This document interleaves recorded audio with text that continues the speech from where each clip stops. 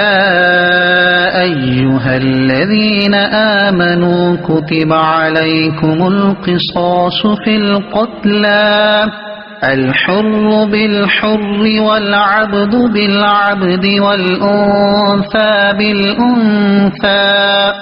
فمن عفي له من أخيه شيء فاتباع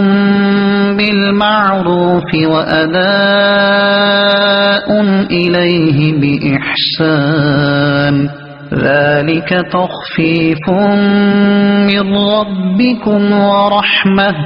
فمن اعتدى بعد ذلك فله عذاب